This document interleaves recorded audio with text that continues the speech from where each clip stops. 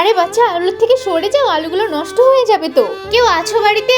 আমাকে 2 মুঠো ভিক্ষে দিয়ে যাও। এই বাবু, যা তো গিয়ে দেখ তো কে আসলো বাড়িতে। কি হয়েছে বাবা, বলুন না। তোমার বাড়িতে কেউ আছে? তাকে বলো ভিক্ষে দিতে। আচ্ছা আপনি দাঁড়ান, আমি এক্ষুনি নিয়ে আসছি।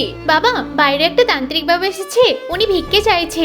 ভিক্ষে চাইছে? এখানে তো পচা ধোসা আলু আছে, এইগুলোই দিয়ে আসি। এগুলো দিলেই তো হয়ে যাবে। এ নিন বাবা, আপনাকে আমি আলু দিতে এসেছি।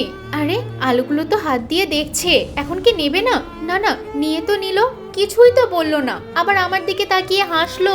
ব্যাপারটা কি? বাবা, তোমার ওনাকে পচা আলু দেওয়াটা উচিত হয়নি। হ্যাঁ রে বাবু, তুই ঠিকই বলেছিস, আমারও নিজের কাছে খুব খারাপ লাগছে। আমি ওনাকে ভালো আলু দিয়ে আসি, তাহলেই তো হয়ে গেল। ওনার মনে হয়তো কতটা কষ্ট লেগেছে।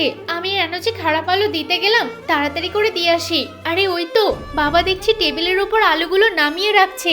করবেটা কি? আমি আমার তন্ত্রবিদ্যা দিয়ে আলুগুলোকে ভালো আলু করে ফেললাম। আরে এটা আমি আমার চোখের সামনে কি দেখলাম?